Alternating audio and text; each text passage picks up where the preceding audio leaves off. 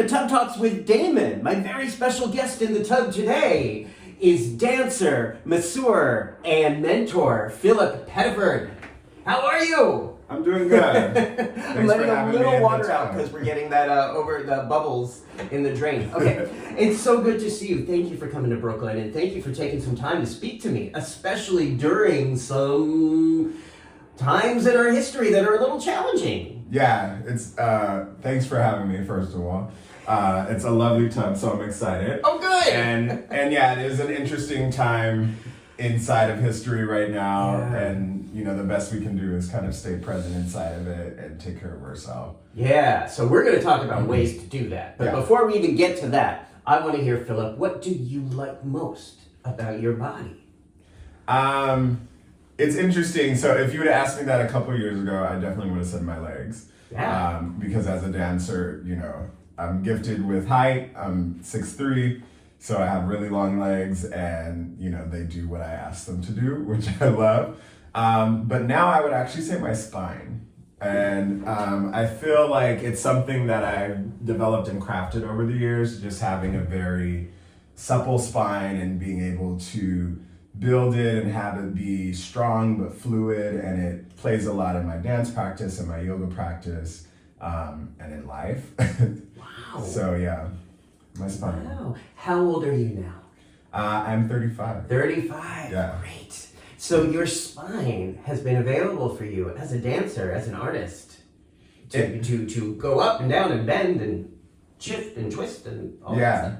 It's done all the things, and it's interesting because so in the beginning of 2020, in February 2020, I threw out my back and found out that I had 3 herniated discs, L3, L4, L5. And of course, we know what happened in March. We went into lockdown. And it was interesting because before that, I was working as a professional dancer and a teacher. And, it's like your body's your instrument. So I had all of this fear of like, I'm not going to be able to use my body. I'm not going to be able to dance anymore. What's going on? And, with being at home, especially those first few months where in New York we couldn't leave, my back was going out all the time because we were just sitting on the bed to sitting on the couch and maybe walking around the apartment.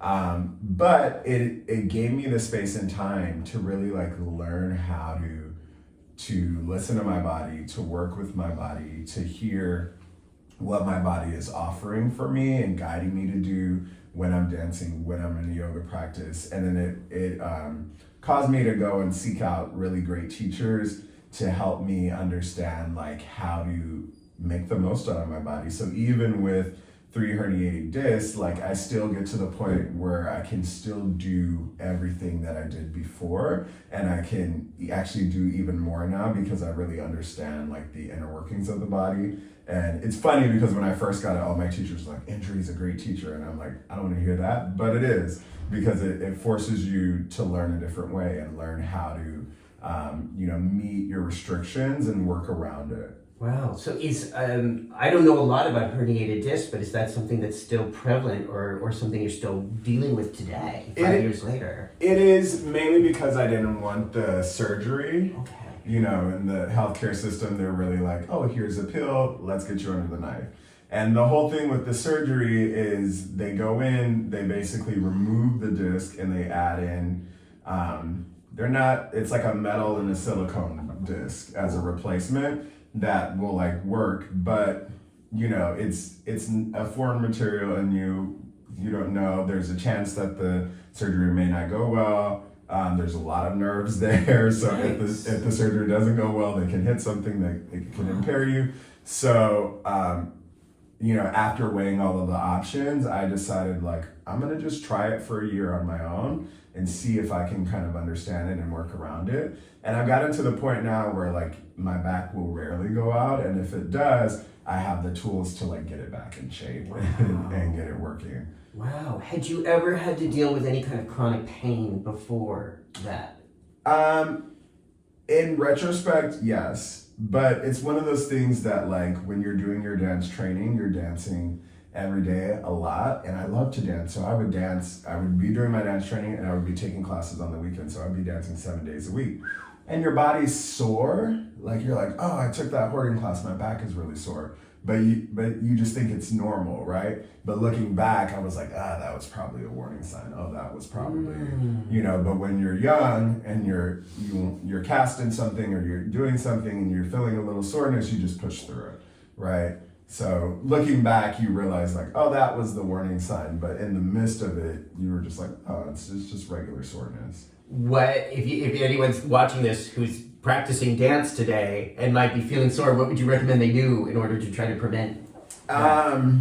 Prehab, right? So prehab. Oh, I like that. Work with a PT, especially for younger dancers. Go in with a PT or athletic doctor and like get your body checked out so that way they can see like, what ailments that you have, anything that like, oh, this is a little weaker, so it's opening you up for injury. So that way you can strengthen it and prevent yourself from ever having that injury. Yeah. Because once you're injured, it's like a cucumber pickle situation. Once you become a pickle, you can never go back, right? So once you have that injury, it usually becomes chronic because it'll keep being injured unless you like really learn how to work with it. Whereas if you strengthen yourself and you keep yourself from being injured, then it's like the body just stays healthy and functional as you go through. Wow. Now, how did you get drawn into, or how were you drawn into becoming a dancer? Dance is like a language, and it's one of those things that you are just kind of born to do, or you're not, right? And I feel like, so I grew up in a family that was very religious. Which one? Apostolic Christian. Oh. So, but like evangelical apostolic. Okay. And my father was a pastor and my mom was an evangelist, outside of like, he was also a social worker and all of these things. But they had very traditional views as to like what men can do and shouldn't do. So growing up, my sisters were always in dance and in gymnastics, and I was in like tennis and track and stuff like that. And at a very young age, because we used to always have like big family gatherings, barbecues, stuff like that, all the family would come over, and there was always music around because we were a musical family. My dad sang, we all sang. And they said like, every time I would just jump out on the floor and start dancing from a very young age. And they would be like, he can really dance. But even seeing that at the age of 2, at the age of 3, they never thought like, he could really dance, let's put him in some classes, right? So I always, back then we had the Box and MTV and all of those kind of things when they actually showed music videos on MTV, and you had people like Janet Jackson and Michael Jackson and Madonna and, people who were really dancing and giving some interesting content to look at. And those were my early classes that kind of called to me. And I used to just like watch the videos over and over, like Janet Jackson's If, I would just watch it and then learn the choreography. Same thing, Michael Jackson's Remember the Time, watch it, learn the choreography. And then I had like the movies that stuck out to me. The biggest one was Tap, which was made the year that I was born, with Gregory Hines, and Sammy Davis Jr. and Savion Glover, and and then all of the legends from like the vaudeville era. And that was like, most dancers have like the red shoes where they're like, oh, I saw the red shoes and it made me want to be a dancer. But Tap was that for me, where I saw it and I just knew like, that's what I have to do. And I've always felt the most alive when I'm dancing, whether it's taking a dance class, dancing at a club, just dancing on my own in my room or in the car, whatever. Like I always feel the most alive with that, because it's like this communication with yourself, your spirit, the music, the present moment. It's a really magical experience. I can feel that when you say that. I can just feel how meaningful that was. Did you feel, or do you feel connected to a higher power or the universe when you're dancing? I do. Yeah, and it's funny because in dance we always say like you're dancing with several partners, because you have the partner of the floor and gravity that you're always working with. I do a lot of like contemporary and postmodern stuff, so we're like rolling around on the floor a lot. And then you also have like the air. And for me, when we're dancing with the air, it almost feels like I'm dancing with like with the universe or with God, or goddess, however you want to refer to them. And I get to like enter into that space. And sometimes, especially like if I'm creating dance, I almost feel like, and sometimes it's like coming to me from them, right? So there's like an idea, and the more I do it, the more I repeat it, it clarifies it, and it gets pulled out a little bit more, until like you have a piece or a phrase, or something. Beautiful. Now, given your upbringing, did anyone ever try to discourage you? Oh yeah. What was that like? So it was funny because, as I said, I had this natural like gravitation towards dance and natural talent for it, and like I started advocating for myself because my sisters were going to dance classes, and I used to go with them to, pick them up from the classes and all of that. And I would be sitting in while they're doing the, at the end of class, they usually do like the full routine that they learn. And I'm watching it, and then I'm doing it, beside them or in the back of the room. And I used to always say like, can I take dance class? And they would be like, no, that's not what little boys do, right? And I have a feeling like my parents knew that I was gay from a really young age, but they tried to work really hard to help me portray this like straight image to kind of make it through being around the family, being around the church, all of that. Because if you were gay, you were kind of ostracized, right?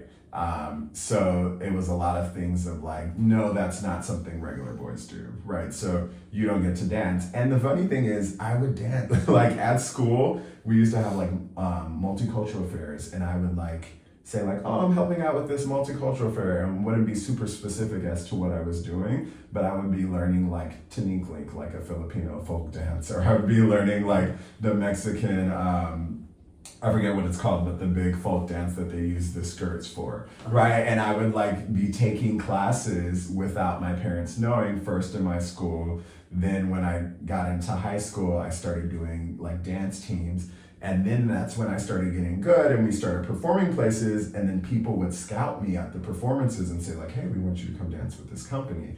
So I was dancing professionally in high school. And at that point, like my father had passed away when I was 14. So at that point, my mom's view of us kind of lessened. It wasn't as strict because she was more so trying to find herself with like, who am I now that I don't have, my husband of 20 plus years. And that's when I started to be able to get away with a little bit more and started to like take classes, and then get in dance companies and hip hop companies, and I was able to like dance through them and learn and grow. And that was, like a lot of how I started in that. Wow. What do you remember that being like for you, of wanting to dance and really just having this spirit inside of you, but being told by some people or your parents, no, you can't, or you shouldn't because you're a man or you're a boy? Yeah. I just remember it being like something that I knew that I had to do, but it also felt to me, it was almost like an expression of my queerness in a way, because it was weird, but growing up in that way, in like a religious background, knowing that you're queer, because from a young age, like I knew I was attracted to guys. How did you know? The underwear aisle, you lingered a little long. You were like, oh my God, these people on the Calvin Klein and stuff looked really great. Same thing, it was like that. Then the men's health magazines, certain movies, or, back then Queer as Folk used to come on when I was in like middle school, high school. And we had HBO, so I would like sneak and watch it with like Cartoon Network on the previous channel. And it was just like, as I started to see the male physique, I was always drawn to it. And I always knew that attracted me more than a woman. Wow, right? But you also knew to hide it. You also knew somewhere, don't tell anybody, don't show anybody. Well, I actually had a gay grand uncle. So my my father's dad's brother was gay. And I saw how everyone treated him. Which was like, my grandpa was still close with him. So if we were over, my grandpa and his siblings, except for this gay brother, because he lived in Los Angeles and they all lived in Albuquerque, New Mexico, they all had a family compound. So they were all each other's neighbors. Like they bought a big plot of land together and built all their houses next door. So all of them lived together. He was kind of ostracized from them, but they would have, big family gatherings and he would come.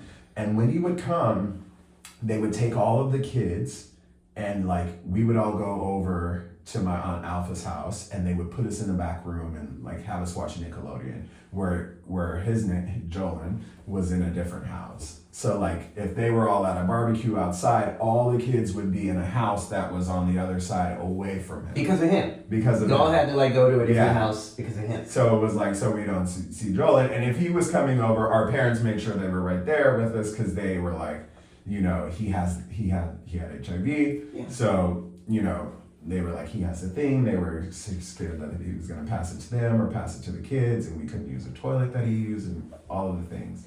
So growing up seeing that, I recognized, I was always kind of a smart kid. I recognized that this is how my family is going to treat a gay person who's their relative.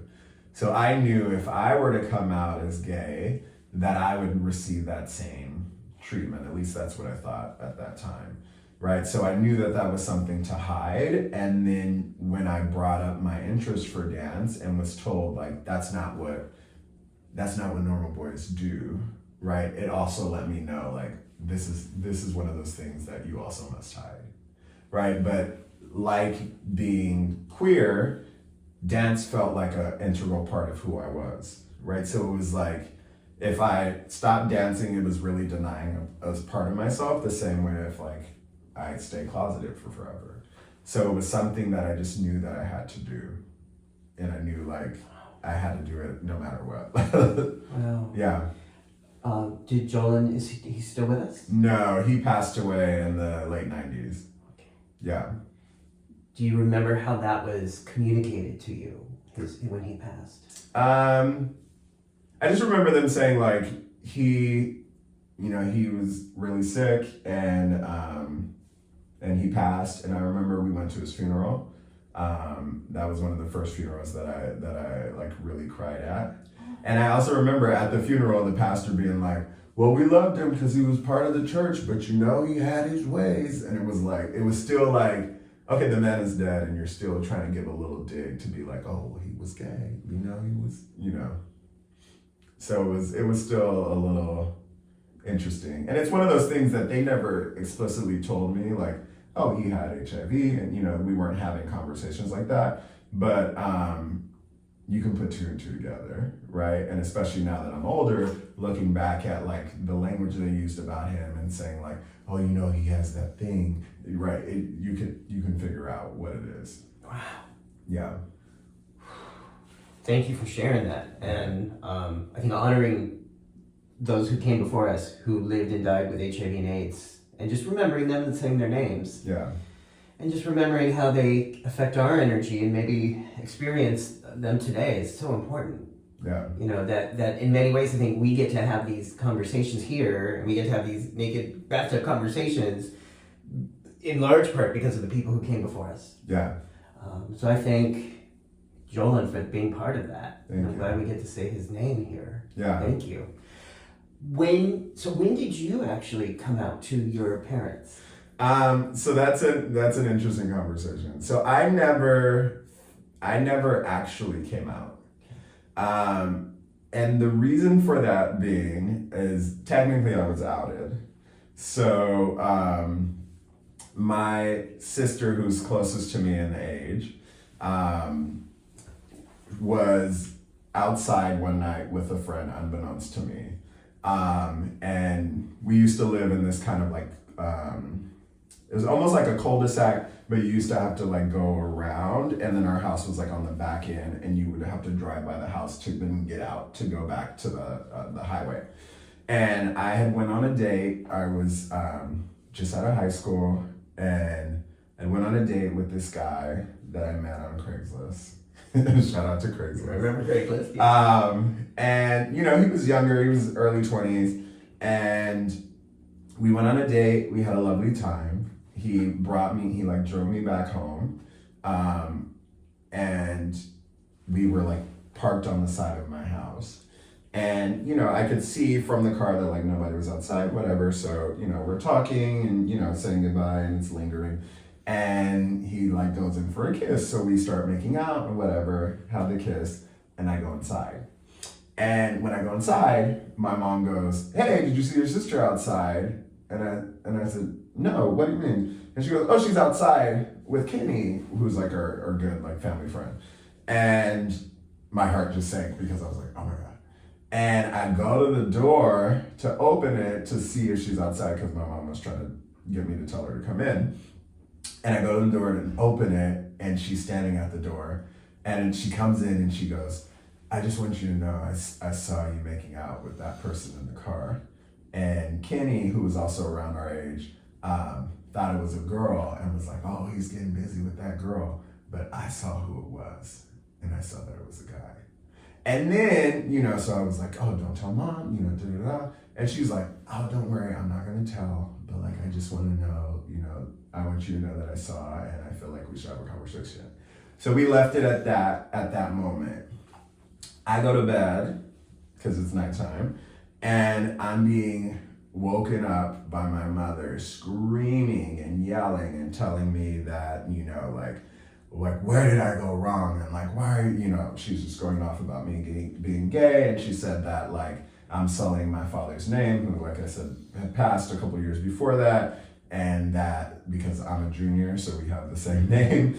And that if I'm gonna do that and live in that lifestyle, that I don't belong to be part of the family and I need to change my name and get out, right? And I remember her saying that, and I like kicked her out of my room and shut and locked the door and put my dresser up against it as I used to do, because she would like unlock the door and come back in. And I remember like calling a friend who I had like kind of knew. He was actually friends with one of my older sisters, and he was a gay man, and told him what happened and was like, "I have to get out of here." And he helped me find an apartment on Craigslist that was like $400 a month, and like helped me move my stuff and go. And I just like moved out like the next day. So you were 16? No, I was 19. 19. Yeah. What did that feel like? It felt like all of my worst fears had come true. And then it also felt like, well, the cat's out of the bag now, right? So there was a moment where I had lived in fear my whole life up to that point of like, someone's gonna figure me out, right? And there was always this kind of double life. And let's be honest, I wasn't hiding it. Well, I would leave gay porn on the family computer, I would do, all the things. But there was always that moment of fear of like, someone's gonna find me out and then they're gonna ostracize me and I'm gonna be like Uncle Jolin, right? And then that happened, and my mom reacted the way that she reacted, and I left. And the funny thing is, my two older sisters didn't know that happened. So I have three sisters. My two older sisters didn't know anything that happened. And they just know that like I just moved out in the middle, like basically in the middle of the night. And they were kind of like, "What's going on? And then, my mom and sister filled them in, and then they reached out to me and said like, "Hey, I know you just went through this thing with the family and you're probably thinking that everybody hates you. And we want you to know that you're our brother and we love you and we don't care." Right. Wow. And we don't care who you love and whatnot. And so through all of that, I realized that I had this community within the gay community, people who I didn't even know well, that were like, "Honey, we're gonna make this work. We're gonna get you in this house. We're gonna do and they helped me get there. And then I still had family. Majority of the family at the beginning reacted the way that I thought they would. My mom being that way, my younger sister being that way. Some of my uncles and aunts sending me letters telling me that I was going to go to hell and I needed to repent and all of this, that, and the other. And then I had like my two older sisters who came out and were like, "No, I'm going to support you." And some of my older cousins, my older female cousins, who said the same thing. And the funny thing is, some of them were like, I remember how they treated Uncle Jolin, and I remember being like, I would never let them treat someone else that way. And through them, the family members who stood by me, they actually would advocate for me and helped all the family come together and mend fences. It took years of process, but they were always there for me. They were always with me, and so it showed me that I still have support, and it also gave me the freedom to live authentically for the first time in my life, right? Without having to hide it, without having to sneak behind doors, without having to do all of that. And I hit the ground running, and I made some mistakes, as you do when you're 19 living on your own in a world where Craigslist had just happened, Adam for Adam just was created, was a thing, right? I remember my roommate being like, you have a little bit of a revolving door, because I had, all of that time where it's I hadn't had sex with a guy, I didn't, I hadn't given head, but, nothing. And then all of a sudden it's I have my own place, I can host, I can do, What city or area was it? So this was in San Jose. Okay. For the first couple of years, and then I moved into San Francisco proper, okay, which was lovely. Was there anyone there who was helping to help you sexually and mentally experience this in a healthy way? Was there anyone there, saying, take care of your heart, take care of your body, encouraging you to express yourself sexually, but engage in self-care at the same time? Yeah. So I actually had gay parents. And it's funny because, so in the West Coast at this time, there wasn't ballroom. Ballroom was more East Coast, South. But there were big drag houses, right? And I met a couple people. One of her name is Alina Maletti. Shout out Alina. Yeah. Who's my drag mother. She's a big pageant queen. And her husband, Ed Michelli. And, they're mom and pop to me, because they were, at that time when I was 19, they were in their early 40s, or maybe late 30s, early 40s. And they used to, give me the tea of okay, watch these people. They're a little predatory. This is how you do. Now, if you're going to go out, make sure you go out with people. They gave me the straight truth of if you're going to do drugs, try and do them this way. Make sure you have, don't drink and drive, all of the things. And, they eventually taught me how to douche, taught me, all the things that we don't know how to do as young gays coming out. That's right. In the world, right? We rarely have mentors or teachers that help us understand. Exactly. Did they help you learn about HIV prevention?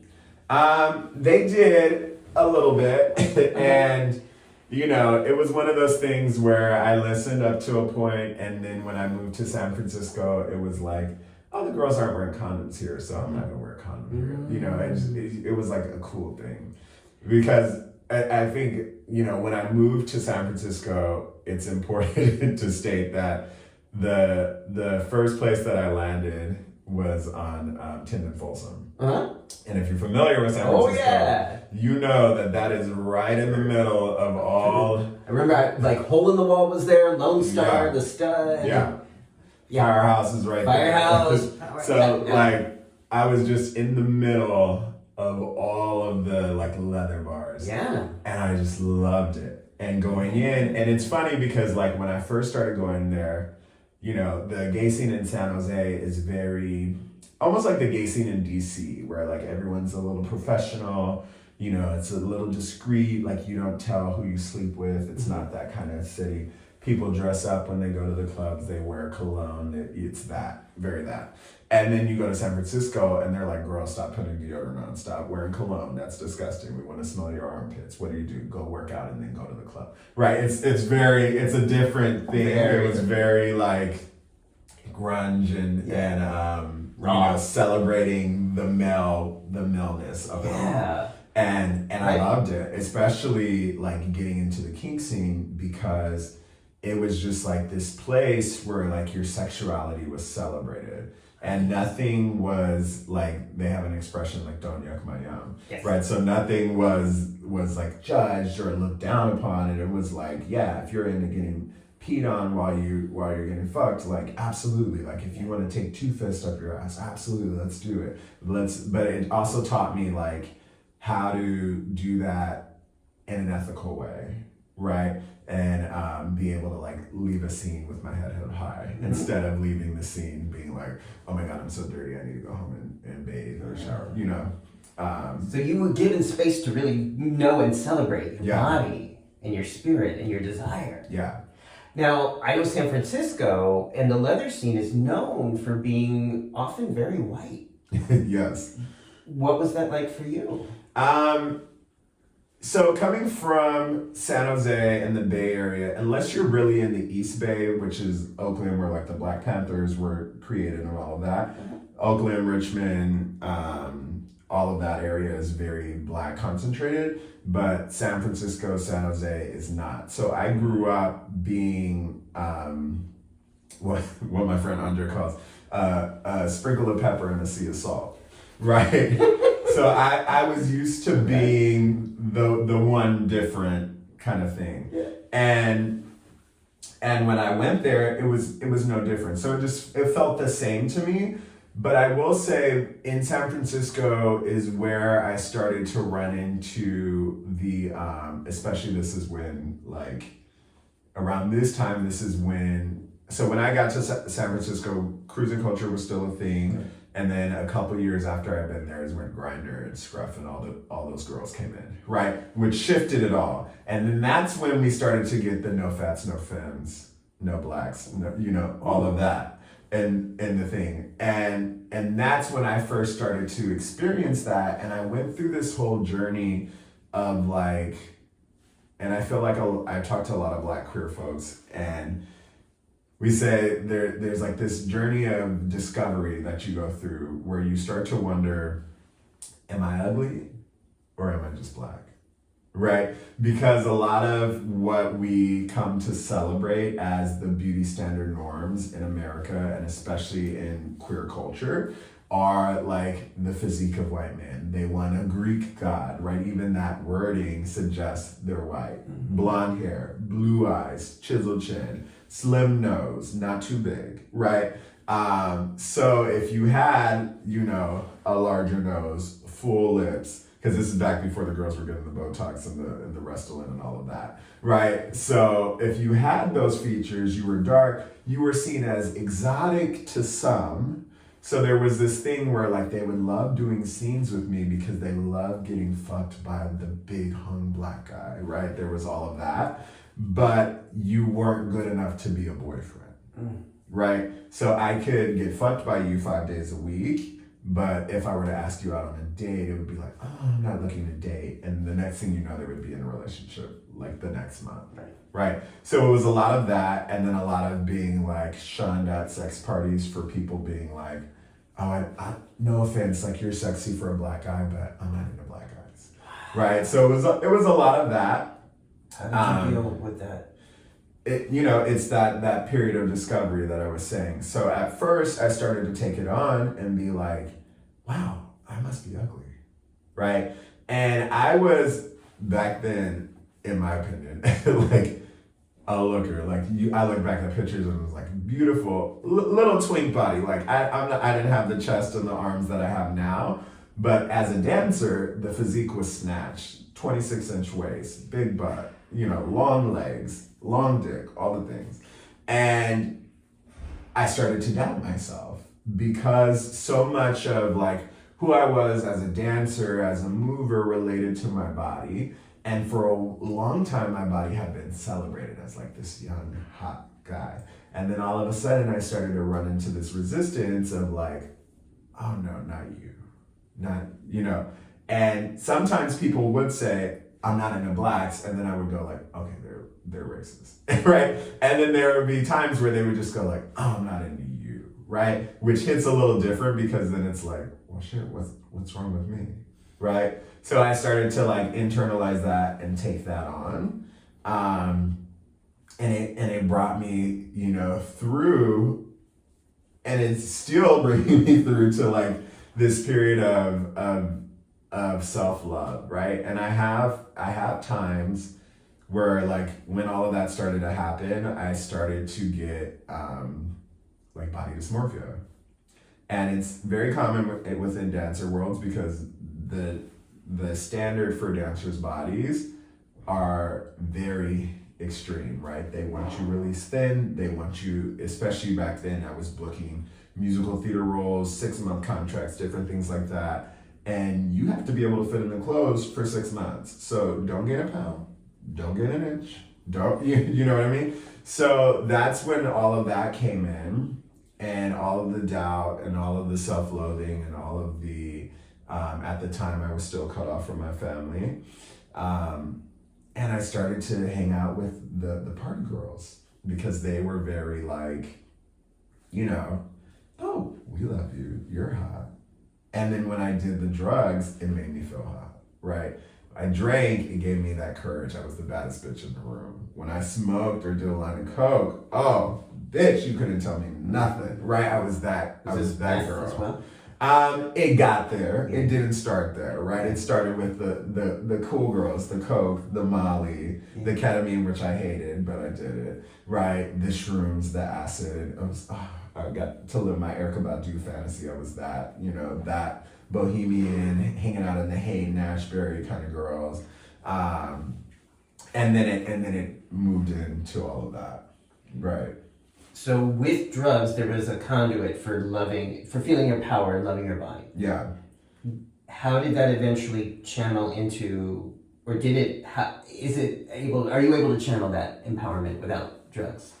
Now I am. So I'm completely sober. So I think it's important to mention for me, right? And everybody has different experiences with drugs, but for me, it got to a place where I got in love with the lifestyle, right? Because I was traveling for work or I was performing backup for people, dancing, and then could go out to the club and do a little drugs, stay up. I was dancing in pageants, you know. So I got in love in this lifestyle, this fast lifestyle, and like I said, it made me feel great, and I loved that feeling more than all because when I was high, I wasn't doubting myself. When I was high, I felt beautiful. When I was high, I was the baddest bitch in the room, right? And I started to just chase that feeling, and then eventually you get stuck. Because I started going to the harder drugs and you get stuck. And then all of a sudden, you're not the baddest bitch in the room, but you're the girl that needs to do anything to get the feeling again, right? So that came in and persisted for a while. And when I was 27, I, had this whole moment. I contemplated suicide and went down to Ghirardelli Square. And at that time, I hadn't danced for a couple years because I was too dependent on drugs that I couldn't get my shit together to get to an audition. Or I had even got my career to a point where people would just send me, hey, we need you for this production. We know that you can sing. We know what you can do. Can you do it? And I couldn't even get myself together to be like, yes, I can, right? So it got me to this place where like I didn't like what I saw when I looked in the mirror. I didn't like the people in the rooms that I were in.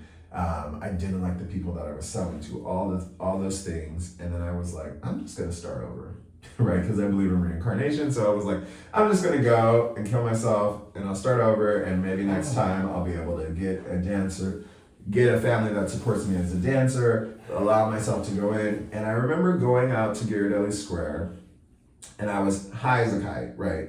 Been up for 10 days, smoking, you name it, everything, DMT, PCP, meth, coke, all things.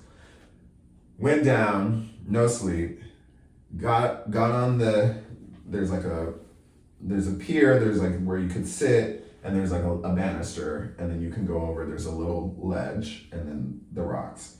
And I got up on the ledge, and I was standing there, and I looked down at the rocks, and it was deep, and I was like, fuck. And I was like, well, maybe if I jumped, because in my mind, I was going to jump into some water and then just drown, and it was going to be magical and artistic and all the things. And I remember getting up there and being like, fuck, those rocks are going to hurt. I'm going to look down. And I remember looking around trying to see, like, well, is there water where I could just, like, jump over the rock and get into the water? And as I was looking over to my right, there was a person standing at one of the banisters, holding on, doing a ballet bar. And I'll never forget it. Old woman, doing like plies really slowly. And I was watching the rhythm of her plies, and it was matching with the rhythm of the ocean. And something inside of me just broke. And I remember at that point, I wasn't yet 27. I was 26. It was in February, a couple weeks before my birthday. And I just remember something breaking off of me and something being like, you need to go back to dancing, right? And I stopped doing drugs and I got sober. How? So originally, I white knuckled it, which is what we call when you get sober by yourself, self-will. And then I fell into what's the name of it? It's the Stonewall Project. So there's a Stonewall Project, which is called, it's an outpatient, and they do harm reduction. And it gave me a place where I could go, kind of meet with people who were also working to get off drugs or lessen the use of drugs. And it allowed me to work with some great counselors who kind of helped me get my head on straight, right? And then from there, I found the 12 steps, and that, got me in. And today I'm, coming up on 9 years. I'll have 9 years in April. So that got me to a place where then they were like, why don't you do something that brings you joy? And immediately I was like, I'm gonna go dance. And I knew Alonzo King because I had done workshops with him before. I had danced with him, and I knew he was just this great person. And he had his school and a studio down on 7th and Market, and I went in. And I remember my first class, I went in, I was like, girl, I don't have any shoes, I don't have anything, but what class do you have on? And let me tell you, at that time I was I was maybe a jazz dancer, but I was a hip hop dancer down. And they were like, well, we have a ballet class going on right now. And I was like, sign me up, I'll take it, right?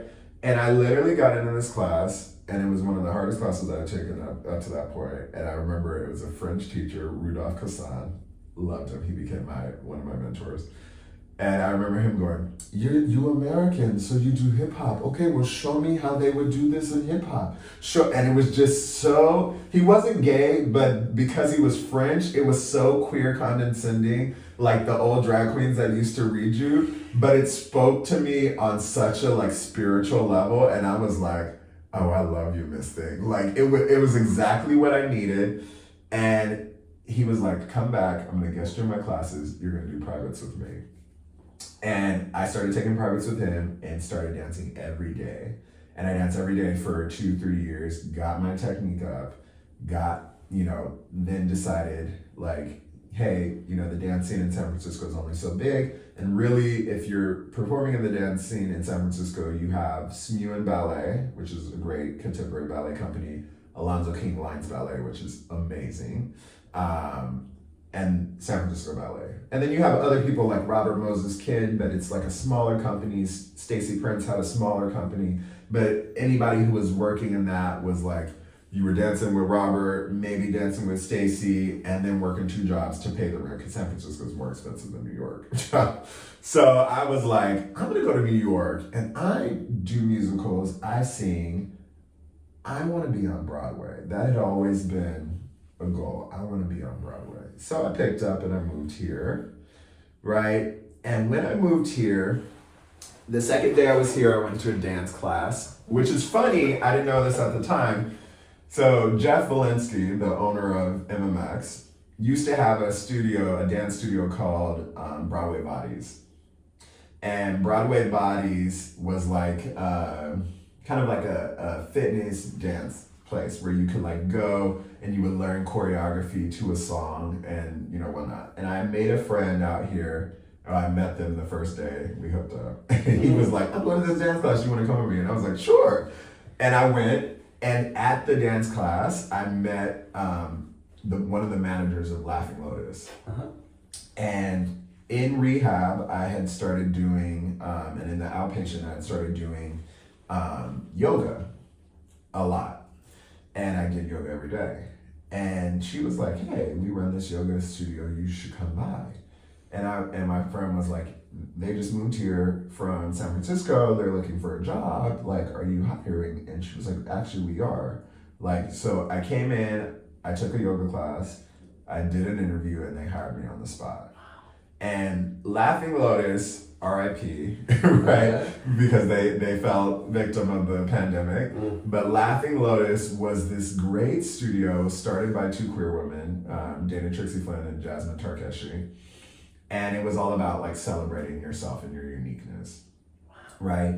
So in my sobriety without drugs, I was in a place where I felt celebrated, where I felt like the baddest bitch in the room, right? That same feeling that I had while using drugs, I could find in yoga doing breath work. I could find through the flows. The same freedom and like sense of oneness that I had dancing, I also had doing yoga. And the thing with yoga is it felt like dance, there's almost like a little bit of a pressure, especially when you're in class in ballet world, where it's a little bit of pressure of like, I have to be this thing. The leg has to get this high, it has to be this, the leg must be turned out. You know, there's all of these things you're trying to operate within. And in yoga, it's really about like, meet yourself where you're at, right?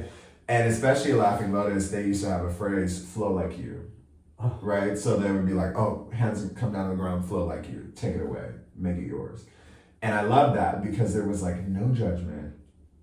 And you just got to move and be with the breath and be in this collective. And their classes were electrifying. Like, and I'm talking about, this is before pandemic, there would be 65 people in class, 35 people in class, mat to mat. And you would just be sweating and dripping and like just feeling so exhilarating after. So I loved it, and I was doing that while I was dancing, and you know I was getting contracts and all of that. And I remember one of the people, Kenny Frisbee, who later became a mentor of mine and still is a mentor. Shout out to Kenny. Was like, so when are you going to do the teacher training? And I was like, well, I never thought about it. Like I didn't know that I wanted to be a yoga teacher. And he was like, I think you should do the teacher training. I think you would be really good. Yeah. And you know, we worked it out. We were able to get. Like I was able to get a scholarship and get my stuff covered, and I went and did it. And when I taught my first yoga class, I remember that room was sold out because I'd worked there for so long. I knew the whole community and everybody was like, I'm getting in this class.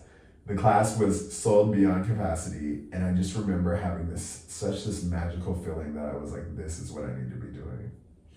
And I had that like, you know, it's very rare where you have these like aha moments.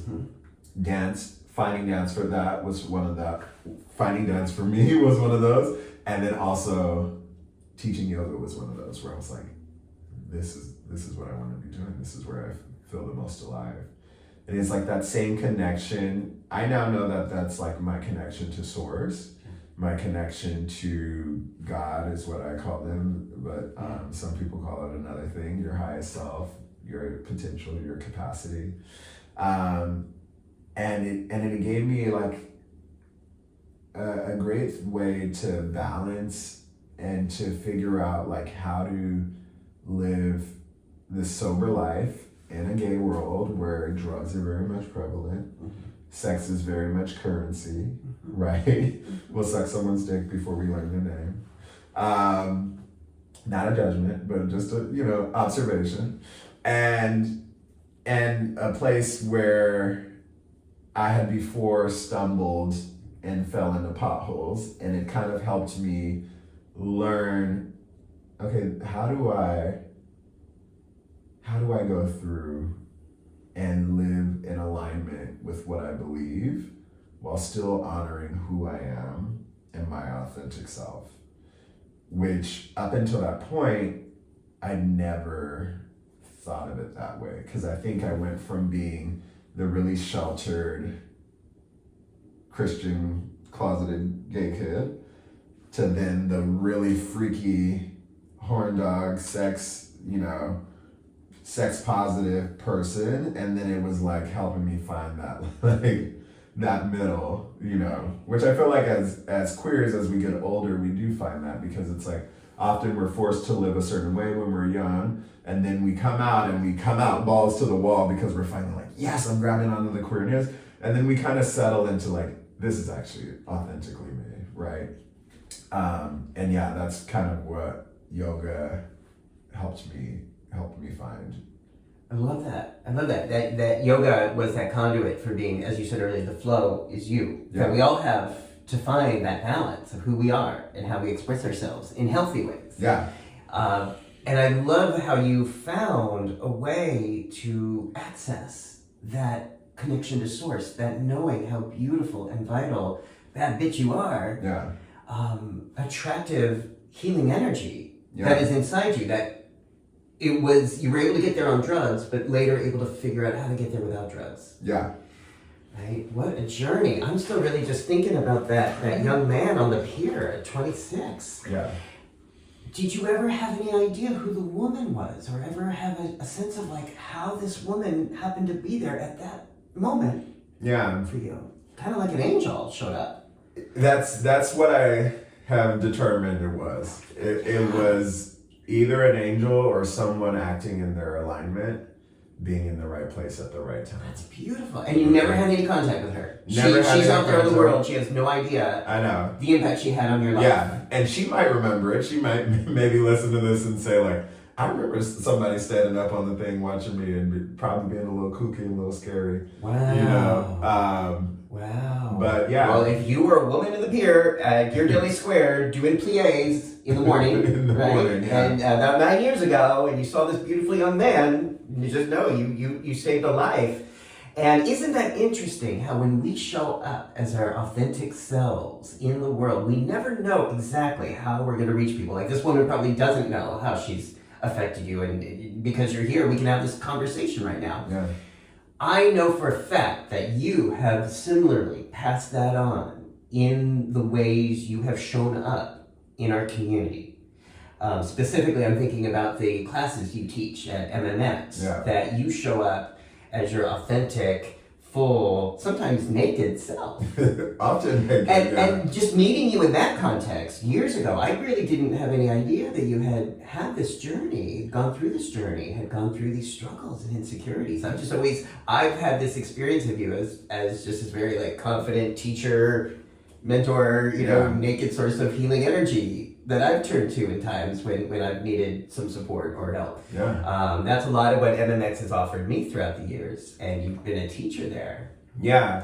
So I've been working at MMX for like 7 years. Yeah. And it's interesting because my friend Brandon, who used to work at MMX, was trying to turn me on to it when I first moved to New York. And I remember just being like, nah. Like that doesn't sound like something I'm into, right? And he'd be like, come and take this massage class, and I'd be like, nah, I'm okay. What was the hesitation? What was the sort of? I think it just felt like it was more of like, what am I getting into? Like I need to know more, and also he wasn't great at selling it, right? And he was just like, well, it's just like, a place where like a lot of queer people come and they get to know each other. It felt really like kumbaya and kitschy for me. And I was very like, nah, right? And I think the thing is like, I also have always felt like, before I went in, of like, I need to have autonomy over like who gets to touch me, what, Absolutely. all of that. And I didn't understand how, like, in a space like that, like, how is that going to be navigated? What happens if I get paired with the person that I don't like? What happens if I get paired with an old, 60, 70-year-old that I'm not feeling, and then they get to, like, give me head or massage me, and I have to experience that, right? And it's funny because then you go and you experience that. And sometimes you do get stuck with the person that you don't want to have sex with. And I remember, like, in some of the first classes that I took, they were like, well, this is an opportunity for us to show up present in the space and allow ourselves to be in community with someone. And that doesn't mean that we have to cross our own boundaries of consent, but it does mean, like, I can hold space for this person, right? No matter if I find them attractive or not, I can hold space for them. I can touch their body in a healing, loving way. It doesn't have to be sensual. It can be a shoulder rub. It can be massaging the the pecs, massaging the low back, the glutes. It can be like, hey, where's your body hurting? Let me, work on that area. Yeah. It could be holding them, cuddling them, right? So there's like many ways to interact with each other, and it kind of showed me that because up to that point, as I said, when you're in the gay community, it can be very sexually driven, and we often think of like, well, as gays, we're gonna have sex, and so everything leads to sex. But then in there, I realized like, okay, it doesn't have to. It could just be an intimate moment. It can just be a spiritual encounter or an intimate connection, and that's all it has to be. It doesn't have to be, we don't have to get a date. We don't have to, call each other after it, but it's like a moment where we share a community and get to connect with like this healing energy of the great queerness, right? Which is lovely. So I think those are important, because when people consider MMX or a space like this, where it is often naked or clothing optional, and there's often yoga or massage or some sort of touch involved, that you still get to practice boundaries. You still get to practice consent. You are not being asked or required or shoulded into doing something that is beyond your comfort zone. You may be invited into that space of saying, where do you want to move forward? Or where might you create space in a way you hadn't planned to? But there's, at least from my experience, there's never an episode where anyone is rejected or shamed or stigmatized for practicing self-care or boundaries. Yeah, I think that's a big component of MMX, and especially my journey teaching there is learning how to communicate effectively and efficiently. While it's a yes and situation. Like I can show up for a person while also checking in with myself and saying, what am I available to do? And then I can communicate that of like, so, I am open and, available for some sensual touch if you're into that. Or I can say, hey, I would love to just give you a really professional massage if you're open to that, right? And it allows you to learn, like I learned the art of negotiating as it comes to consent, not trying to win somebody over beyond their boundaries, but that's when like someone states what they want to invite you into, and then you taking that in and saying like, yeah, that's something I want, or no, I'm not comfortable with that, but I could be comfortable with this, which is like a middle ground for that, right? So it's like honoring what the person is asking, but in a way that feels good, feels supportive to yourself. And I feel like we create those connections for people where it like empowers them to really ask for what they want. We call it pleasure activism, like really asking for what feels good in their body, and then also being emboldened by their boundaries, by their consent, and teaching people like when you hear a no, it's not personal, right? I often tell people, some like queer people, we live complex lives. We have couples where we have open relationships that have rules and regulations. So sometimes me saying like, I don't want you to play with my dick is because I promised to my partner that I'm not gonna get jerked off, right? And it has nothing to do with you. So we can learn to take and hold space for that boundary without internalizing it, which is big for me because that's often what I did, right? That's often what we do as a reflex. Exactly. Okay, I want to do something and you say no, and my defenses go up. And all of that shame from my childhood and my inner child that questions whether I'm beautiful or unworthy gets pushed by hearing that no. What MMX and a lot of the programs do is kind of shift that energy I found into really inviting the no, literally saying thank you when someone tells you no because they are respecting themselves and respecting me. And I got that from MMX, was that process. It's of that when someone says no, to say thank you. And to sort of get adapted into that energy that translates outside of the MMX. To being gracious. I think all men could really benefit from understanding the grace that comes from saying thank you when someone says no or is protecting their space for any reason. Yeah. It doesn't matter whether it's about you or not. It's just like, no, it's a thank you. The other thing I really got from MMX, I still struggle, I'll tell you very honestly, I still struggle with this. Nothing to do with sex, is in the process of massage, of speaking out for what I want. There's that part of my brain that still feels like when I'm receiving, when I'm lying on that table and someone's giving me massage, that I don't have the agency to say, slower. Yeah. More gentle. It's sort of like, okay, no, he's being really good to you. He's trying really hard, so just go with it. Yeah. Just go with the energy. And I still challenge myself, and it's something, but this has enhanced my social sex life outside of MMX to be able to call upon that agency to say, slow down, or stop, or more or less of that thing. Because that part of my brain still struggles to say that. I think the big thing with that is learning how to advocate for your body, right? And that's why I love pleasure advocacy. I love learning about your own body. And, like with my injury, the more we become attuned to our own instrument, right? When we engage with other people, whether it's massage, right? I'll use massage first. You know how you want to be touched. And oftentimes, unless it's a masseur that you've gone to for years, they're learning your body, right? And we're so accustomed to, when someone says, how are you doing? Oh, I'm good, I'm fine, right? We're so accustomed to just being like, yes, okay, it's good, and just enduring whatever, right? Because I should be grateful, I should, and then you're shitting on yourself.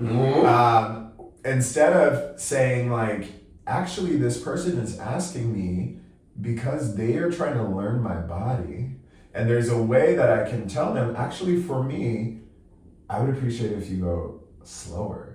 Could you press deeper in that area? That touch feels really good. Can you repeat that a couple more times, right? And then it gets you to learn how to ask for what you want. And then that directly relates to in the bedroom, in the relationship, where you're learning each other, right? I've been with my partner for 5 years, and we're still learning each other, right? And there's times where, this might be an overshare, but hey, we're friends now, we're naked in the tub. I have a really sensitive head of my cock. So some people who are unaware of that will come and immediately, they're going 100 miles an hour, focus right on the head. And I have to grab their hand and say hey, if you want me to last more than 2 minutes, right, we need to focus on the shaft, or go really slow, maybe a looser grip. And then playing with different ways to give it attention. Not saying you can't touch it, but saying if we're looking at what we want this to be, there's a better way to approach it. And it's that part of getting comfortable with learning the person's body. And I approach it from more of a curious standpoint. And I find that helps me step out of the rejection shame spiral, right?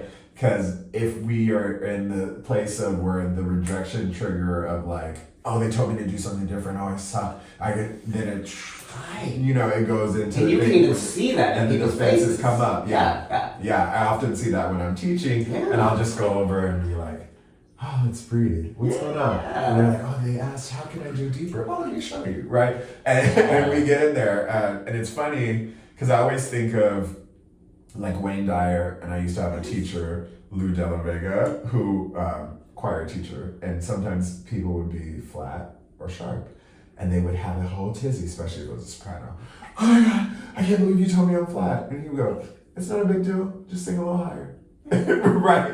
And it's one of those things where sometimes we get that rejection, it sends us into the same spiral, and then everything becomes a big deal, and it's it's actually not a big deal, just go a little slower, right? And when we start to be able to take the communication as not a judgment of ourselves, not a critique on who we are, what we represent, of just information that's helping us have a more enjoyable experience together, then it becomes easier to go oh, I'm taking the note and I'm applying it. Does that feel good?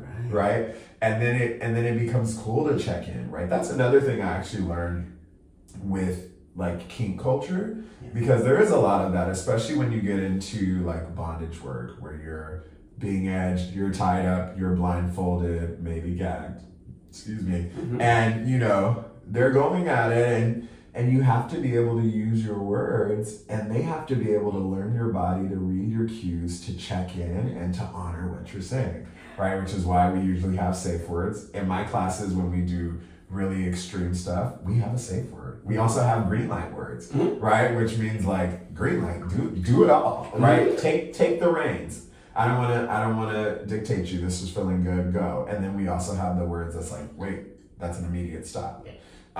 So that way people feel empowered that there's an easy, fun, playful way that I can turn it on or turn it off, right?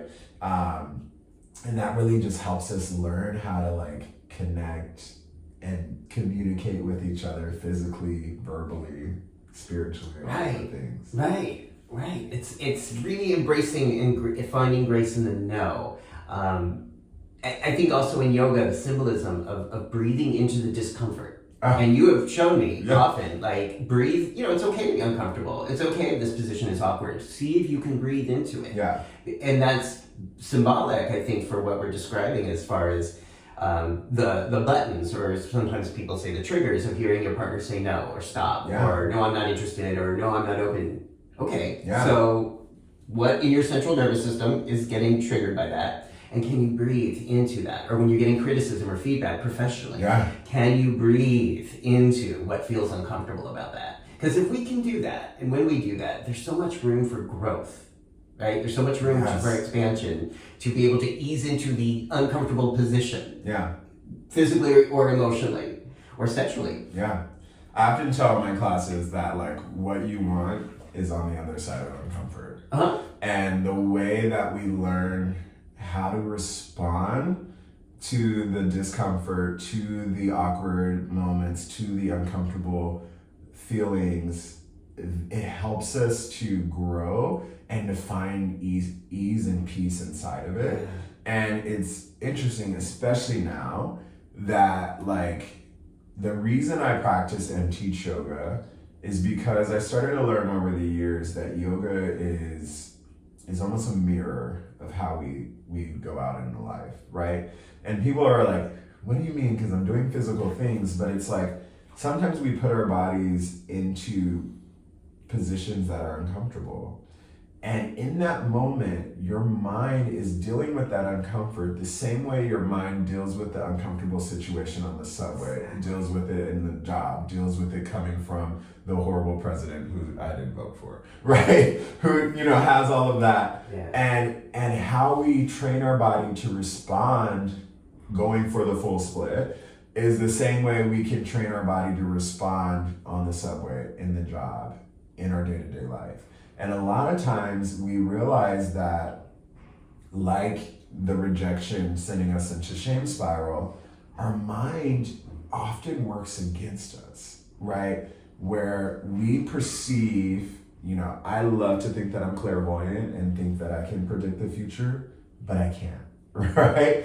And at least as of yet, my powers haven't come in. But, as we start to think about things that could happen, and we start to put on the mental stress, the mental anguish, right? We do the same thing in yoga class, we do it in our lives. It then makes the quality of life so much less. Until we get to a place where we're not enjoying our life, we're not finding bliss, we're not finding peace. And that has been like the big lesson of like, can I find joy in anything, right? And it's funny because that is almost what connects me to my father, because my father used to always say, like, if you can laugh at anything, you can do it, right? Like, you can make it through. And I used to always be like, that's stupid, Dad, right? But now that he's gone and he's been gone for a while, the thing that I remember most about him is he was a baritone, had a really like, kind of like, almost like Brian Stokes Mitchell, that kind of like round, warm tone. And his laugh is what I remember, the sound of his laugh and how real it felt. And I remember just being like, that man can find joy and bliss in anything. And now that's something at 35, after struggling with body image issues, body dysmorphia, you know, drugs, sex, all of the things, finding out, you know, racism, living in America, political, all the things, being able to like, can I find the joy and the bliss in it, right? And why can't we lean into that? That's why I'm like, when I look at kids and kids can fall down, hit their head, they get up, they start laughing, they run again, right? It's like, can we be more like that? Can we connect with that inner child that realizes that that is the priority? To enjoy yourself, to have fun, to connect through bliss, through laughter, right? It's healing. I'm so glad we're having this conversation, especially at this point in history, this time. This is really the feedback and the sort of the benchmarks that I think are going to help us get through. Finding the joy, finding the bliss, finding the laughter in what's going on, if there's a way to do that. Yeah. Is there anything at this moment in our world that gives you a sense of hope or encouragement? Yes. The thing that gives me a sense of hope, and oh my God, I hope I don't get her name wrong. A lovely trans activist, I want to say Alexandra Billings. Yeah. Yes. Oh, I love her. Yeah. She did a post, and she reminded, for me, it reminded us queer people that this is nothing new, right? Everything that is coming at us, we've experienced before, especially as queers of a certain age, right? And I consider myself in that club. I feel like I'm getting it in that age, right? We've experienced what it's like to not be able to marry each other before. We've experienced what it's like to not be able to have access to our meds. Mm-hmm. We've experienced what it's like to have to get testosterone and estrogen from, you know, unruly sources, and what it's like to have to kind of slink and hide in the shadows. So it's like anything that they can throw at us, we've already experienced it and we've come out on top of it. Yeah. Right? So it's remembering, like, it is important to find the bliss, to find the joy, but I also think it's important to be present inside of what's going on and remembering that, one, you have power, and two, you're gonna be okay. Right? Because the simple fact that we are here, that we've sustained and made it through, and we are coming into this age of people who the generation before us couldn't make it to, right? That it shows that we're the survivors, we're the ones that can make it through, and we know how to play this game, right? So I think that gives me hope.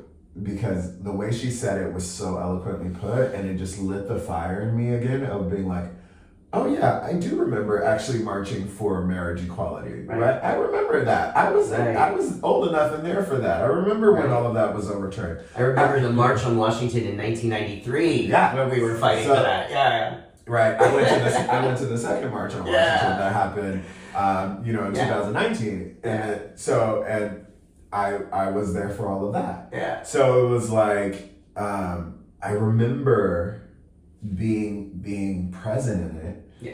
And I know history tells us that we can make it through. Absolutely. Right?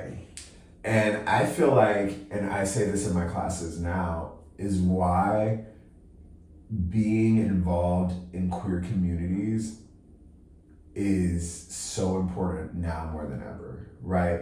And there's so many different facets of what that looks like, because there are queer professionals that have mixers that you can be a part of, right? There are the kink and leather scenes that have lovely communities that you can get plugged into, right? Even for people of color, there's Onyx, which is for, the Black and brown people of color in the kink and leather communities, so you can see yourself represented. There's the drag scene. Right? There's the nightclub scene. There's the ballroom scene. There are queer holistic spaces like MMX, like Body Electric, right? So there's so many different, and I know I'm leaving out a ton, but those are just the ones that are coming in my mind. But I say that because there may not be an MMX where you are, there may not be ballroom where you are, but if you know, like, hey, I'm a gay knitter, you could find other gay knitters, right? And get yourself in the community and have people where you can have those folks that relate to you, because, you know, with everything going on, my sisters check in on me, my older sisters, and they, you know, we can share about it, but they don't get it the same way that my queer brothers and sisters get it, right? Because we see each other eye to eye. And it's even like when I teach, so I teach in other studios at gyms and other places in the city, but when I come to MMX, the message hits harder because I can really be my true authentic self and really say like, this is what I'm holding this week. And people go, yeah, me too.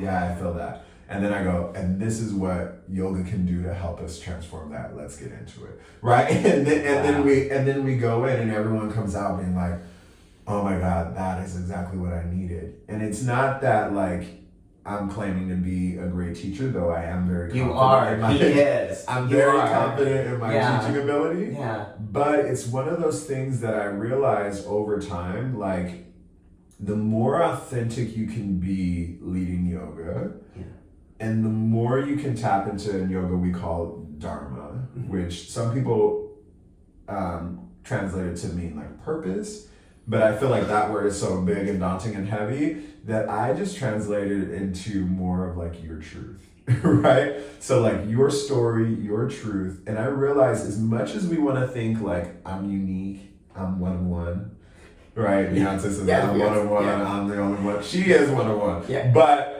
we're not, right? And that means that what I'm going through in my depression, in my connection to my body, in the way that my mind is attacking me, in the way that I'm creating stress in my mind, in the way that I'm relating to the world, chances are there's so many others that are going through the same thing.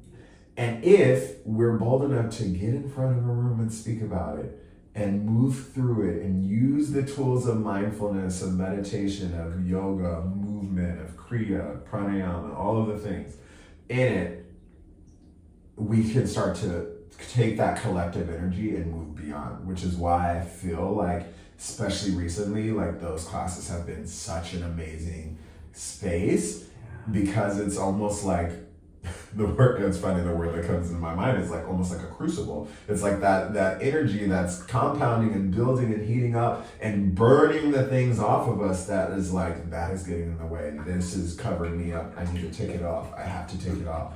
Because it's like the more we can get in touch with our authentic self, and the more I'm in touch with my authentic self, I create space for the people in my room, in my class, to do the same. They can let the layers off. And a lot of people say, they're like, because I've had friends who I've known for a while take my class, and they go, your magic power is that you're so comfortable with your sex and your sexuality and sensuality that like you get naked and you just invite everybody to drop into the comfort, and you stop thinking about like your body and, oh my God, I need to suck in, and you know, and you just start to be for some the first time in their life, right? And that is something that is just like, it's inherent, because I feel like we should, you know, be able to love ourselves and to be comfortable naked and to be comfortable, you know, just living who we are. And for whatever reasons, oftentimes we aren't. But the more we get in contact with that, the more joy and bliss we start to find. And the more we realize, like, I don't have to conform to this straight heterosexual cisgender norm of what that is. I can be something in between. I can be who I am. And knowing that you may say that I'm different, I know there's a lot of people like me that I can connect with, and I found it, right? And I think that is part of it, is like finding your tribe, finding your community, pouring into them, letting them pour into you. That's how we're gonna make it through these next 4 years, at least for me. Beautiful. Beautifully stated. Oh my gosh, I'm so grateful to you for taking extra time to speak with me. How is this feeling right now to have done this bathtub interview with me? It feels good. I'm not gonna lie. I was like, I don't know, but something was like, just do it, and I really enjoyed it. Yeah. Good. I've so enjoyed hearing this and especially today, having this conversation. Last question: if you could go back to that 26-year-old at Ghirardelli Square on the rails and tell him something, what would you like to say to him?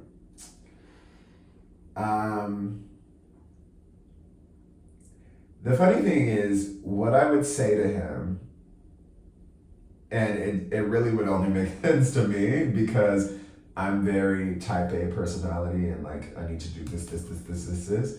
I would go in and say, it's gonna be okay, but take your time. Mm-hmm. Right? And it's funny because I feel like internally I've always had this sense that I was racing against the clock. And I think that's because my uncle died at a young age. My father died when he was 49. I hadn't seen a lot of older gay folks, so I just assumed, this life is going to take us, it's going to eat us, it's going to consume us. So I had just, in my mind, been prepared that I'm not going to live that long, right? But now I know different, right? My mom's youngest aunt just passed away at the age of 101. My grandma, my mom's mom, lived to be 97, and my dad's dad lived to be 94. So I'm like, if I have those genetics in my body, chances are I'm gonna be here for a while, which means I don't need to rush into things, right? And it's funny because that's the difference of like what is going on in the world. Because I feel like, and we were talking about this a little bit before, but I feel like, the young body is celebrated, right? Especially in the dance world, in the queer world. We love a 20-something. We love a person who can kick their face. We love the little skinny, they haven't yet started to put on maturity weight body that we hold dear. But it's like, then we start to age out of it and we think like, oh, I've lost my value. And it's like, no, you've come into your value, right? Because now we have wisdom and we have finances and we have life experiences. We're making a lot less mistakes. They still come, but they're further and fewer in between. Yes. And we actually know what we want to do with our life, right? Yes. And the body may be breaking down if you're not in yoga taking care of it. Well, and some of us prefer more body. Yeah. Some of us prefer to have more flesh to play with. Yeah. It's funny. Now I have, the 18 and 19-year-olds writing me, calling me daddy. And I'm like, I'm sorry, but you're like a twig. I feel like I would break you. Yeah. Because it's just like, I love a person who just has that nice, like that dad bod with a nice relaxed belly. Yeah. And like a nice built chest that I can lay my head on and a thick butt. Yeah. Like, give me that over a stick any day. Yes. Right? And it's one of those things that it's like, as I come to love myself and love my body, I realize like, I don't need the Greek god. I don't need the six-pack abs. They're nice. They're in there somewhere. I know. They work because they help me in my turns. They help me upside down. But like, I don't need them to show. But it's realizing like, as we age, I feel like a lot of us give our power away because we're so busy trying to chase the idea of being 20. Mm-hmm.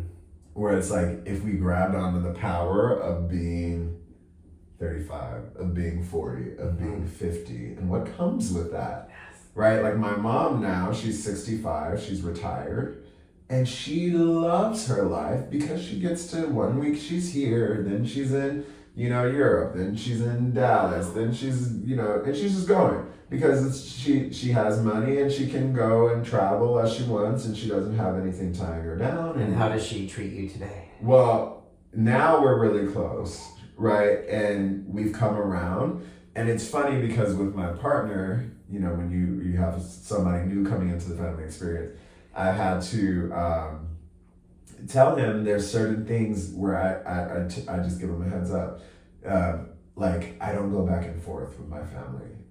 Because I've gotten to the place where I realized family is important for me. I always grew up with that integral family unit. And also what's important for me is keeping my peace, right? So I know if certain topics get brought up, I immediately stop it and go, hey, we're not talking about that. And we change the topic and we go to something else. Because I know if we go down the line of that, they're gonna start yelling, then I'm gonna start yelling, then we're falling out, then we're not talking to each other for years, right? But knowing that my family is set in their ways and I love them exactly as they are, I'm who I am and they've learned to love me exactly as I am, that there are some things we don't see eye to eye on because of how she was raised, because of her background, and that's okay, right?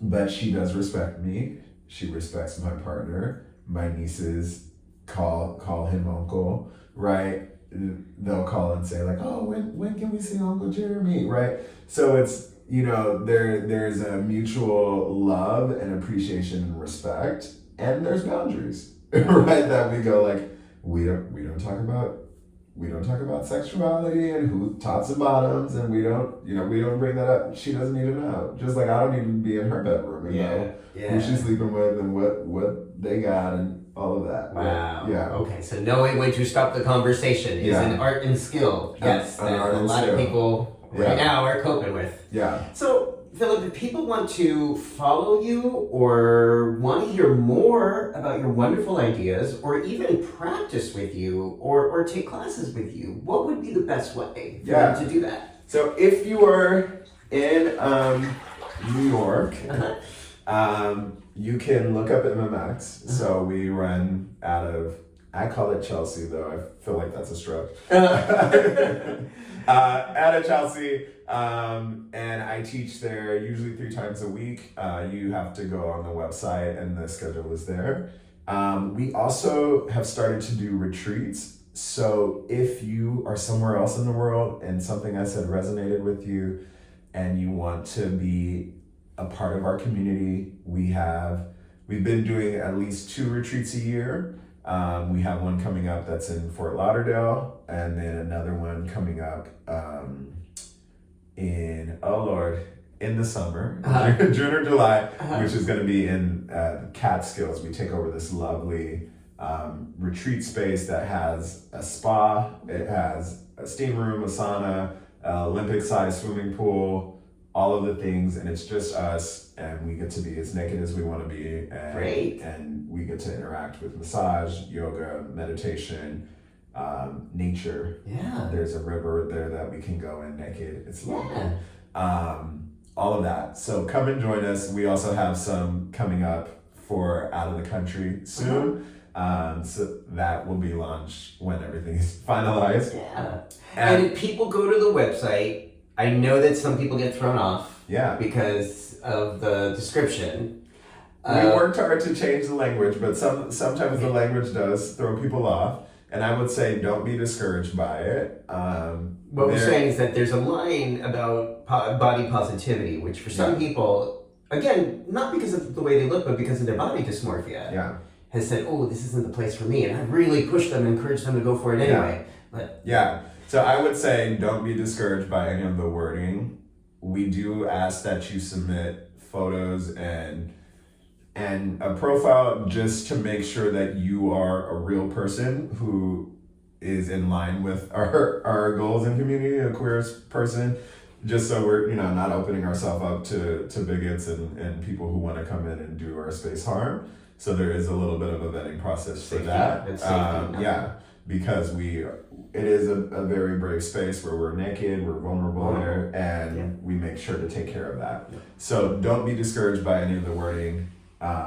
Apply and you will most likely get in. Beautiful. So the links are going to be right down below for all of that. Sweet. And you can also interact with me on Instagram, where my handle is Phillip, that's PHILLIP, moves, and you, which I'm sure will be in the description. Right down there. Thank you so much for taking time to speak with me and to share your message and to continue to give hope and healing to a world that needs it really badly. My pleasure. I'm really grateful to you. Thank you. All right, folks, if you like this interview, subscribe. There's about 170 of these episodes now with people who are helping to make our world a happier, healthier place. Trying to help, I know I'm always learning like new ways to get through some of the especially the difficult times. And so, subscribe down below and leave a comment if you feel inspired to do so. Thank you, Phillip, and I hope we get to talk more soon. Yes. All right. Thank you. Thanks, everybody.